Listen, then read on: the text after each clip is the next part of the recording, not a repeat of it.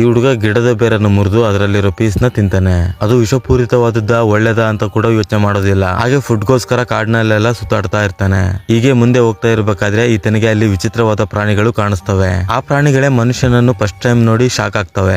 ಇದರಿಂದ ಆ ಹುಡುಗ ನಿಧಾನವಾಗಿ ಆ ಪ್ರಾಣಿಗಳನ್ನು ದಾಟಿಕೊಂಡು ಅಲ್ಲೇ ಇರೋ ನೀರಿನಲ್ಲಿ ಧುಮುಕ್ತಾನೆ. ಇವನು ತುಂಬಾ ಸಮಯದಿಂದ ನೀರನ್ನೇ ಕುಡಿದಿರೋದಿಲ್ಲ. ಅದಕ್ಕೋಸ್ಕರ ಅಲ್ಲೇ ಇರೋ ನೀರನ್ನು ಮನಸ್ಫೂರ್ತಿಯಾಗಿ ಕುಡಿತಾನೆ. ಇವನ್ ಜೊತೆ ಬಂದಿರೋ ಹುಲಿ ಕೂಡ ಅಲ್ಲಿರೋ ಪ್ರಾಣಿಗಳನ್ನು ತಿಂದು ತನ್ನ ಹಸಿವನ್ನು ತೀರಿಸಿಕೊಳ್ಳುತ್ತೆ. ದಿನ ಆದ್ಮೇಲೆ ಇವರಿಗೆ ಒಳ್ಳೆ ಫುಡ್ ಸಿಕ್ಕಿದ್ರಿಂದ ಇವರಿಬ್ರು ಹೊಟ್ಟೆ ತುಂಬಾ ಊಟ ಮಾಡಿ ಇವರಿಬ್ರು ತುಂಬಾನೇ ಖುಷಿಯಿಂದ ಇರ್ತಾರೆ. ಇದಾದ್ಮೇಲೆ ಆ ಹುಡುಗ ಆ ರಾತ್ರಿ ಅಲ್ಲೇ ಇರ್ಬೇಕಂತೇಳಿ ಒಂದು ಗಿಡದ ಮೇಲೆ ಹತ್ತಿ ಕುತ್ಕೊಳ್ತಾನೆ. ಜೊತ್ತು ಸೈಲೆಂಟ್ ಆಗಿದ್ದ ಆ ಪ್ರಾಣಿಗಳೆಲ್ಲ ದಿಕ್ಕಾಪಾಲಾಗಿ ಓಡೋಕೆ ಶುರು ಮಾಡ್ತವೆ. ಹಾಗೆ ತನ್ನ ಜೊತೆ ಬಂದಿದ್ದ ಹುಲಿ ಕೂಡ ಏನೋ ಡೇಂಜರ್ ಇದೆ ಅಂತ ಭಯ ಬಿದ್ದು ಅಲ್ಲಿಂದ ಬೋಟ್ ಕಡೆ ಓಡೋಕೆ ಶುರು ಮಾಡುತ್ತೆ. ಪ್ರಾಣಿಗಳೆಲ್ಲ ಏನ್ ನೋಡಿ ಭಯ ಬೀಳ್ತದವ ಅಂತೇಳಿ ಈ ಹುಡುಗನಿಗೆ ಅರ್ಥನೇ ಆಗೋದಿಲ್ಲ.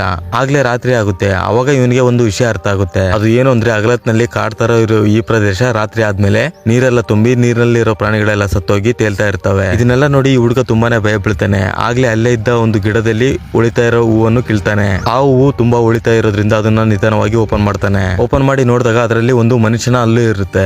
ಇವನಿಗೆ ಗೊತ್ತಿಲ್ದಿರೋ ವಿಷಯ ಏನು ಅಂದ್ರೆ ಈ ಕಾಡು ಒಂಥರ ಮಾಯ ಕಾಡು ಆಗಿರುತ್ತೆ. ಇದರಿಂದ ಇಲ್ಲಿರೋದು ಸೇಫ್ ಅಲ್ಲ ಅಂತ ತಿಳ್ಕೊಂಡು ಬೆಳಗಿನ ಜಾವ ಎದ್ದು ತನಗೆ ತಿನ್ನೋಕೆ ಬೇಕಾದ ಫುಡ್ ಅನ್ನು ತಗೊಂಡು ಆ ಹುಲಿ ಜೊತೆ ಅಲ್ಲಿಂದ ಹೊರಡೋಕೆ ಶುರು ಮಾಡ್ತಾನೆ. ಹೀಗೆ ತುಂಬಾ ದಿನಗಳು ಕಳೀತವೆ. ಆತನಿಗೆ ತಿನ್ನೋಕೆ ಫುಡ್ ಕೂಡ ಖಾಲಿಯಾಗಿರುತ್ತೆ. ಅದರಿಂದ ಇನ್ನೇನು ಮಾಡಕ್ಕಾಗದೆ ಮತ್ತೆ ಸಮುದ್ರದ ದಡಕ್ಕೆ ಬರ್ತಾನೆ. ಆಗ್ಲೇ ದಡಕ್ಕೆ ಬಂದಾದ್ಮೇಲೆ ಇವನು ಕೆಳಗಡೆ ಬಿದ್ದ್ಬಿಡ್ತಾನೆ. ಹಾಗೆ ಹುಲಿ ಕೂಡ ಕೆಳಗಡೆ ಬಂದಾದ್ಮೇಲೆ ಅದು ತುಂಬಾ ವೀಕ್ ಆಗಿರೋದ್ರಿಂದ ಅದು ನಡೆಯಕ್ಕೆ ಕೂಡ ಆಗ್ತಾ ಇರೋದಿಲ್ಲ. ಇದಾದ್ಮೇಲೆ ಹುಲಿ ಕಾಡಿನ ಕಡೆ ಹೋಗ್ತಾ ಹೋಗ್ತಾ ಒಂದ್ ಕಡೆ ನಿಂತ್ಕೊಂಡ್ ಬಿಡುತ್ತೆ. ಅದರಿಂದ ಇವನು ಹುಲಿ ನನ್ ಕಡೆ ನೋಡುತ್ತೇನೋ ಅಂತೇಳಿ ನೋಡ್ತಾ ಇರ್ತಾನೆ. ಆದ್ರೆ ಹುಲಿ ಅವನ ಕಡೆ ನೋಡೋದಿಲ್ಲ. ಅದು ತನ್ನ ಪಾಡಿಗೆ ತಾನು ಕಾಡಿನ ಕಡೆ ಹೋಗ್ಬಿಡುತ್ತೆ. ಆಗ್ಲೇ ಅಲ್ಲೇ ಇದ್ದ ಸ್ವಲ್ಪ ಜನ ಇವನ್ನ ಬಂದು ಎತ್ಕೊಂಡು ಹೋಗ್ತಾ ಇರ್ತಾರೆ. ಆಗ ಇವನು ಜೋರಾಗಿ ಅಳಕ್ಕೆ ಶುರು ಮಾಡ್ತಾನೆ. ಯಾಕಂದ್ರೆ ಇಷ್ಟು ದಿನ ತನ್ನ ಜೊತೆ ಇದ್ದ ಆ ಹುಲಿ ಒಂದು ಸಲ ಕೂಡ ನನ್ನ ಕಡೆ ಹಿಂದಕ್ಕೆ ತಿರುಗಿ ನೋಡಿಲ್ಲ ಅಂತೇಳಿ ಅಳ್ತಾ ಇರ್ತಾನೆ. ಇದಾದ್ಮೇಲೆ ಏನಾಯ್ತು ನೆಕ್ಸ್ಟ್ ಪಾರ್ಟ್ ಬೇಕು ಅಂದ್ರೆ ಪಾರ್ಟ್ 2 ಅಂತ ಕಮೆಂಟ್ ಮಾಡಿ.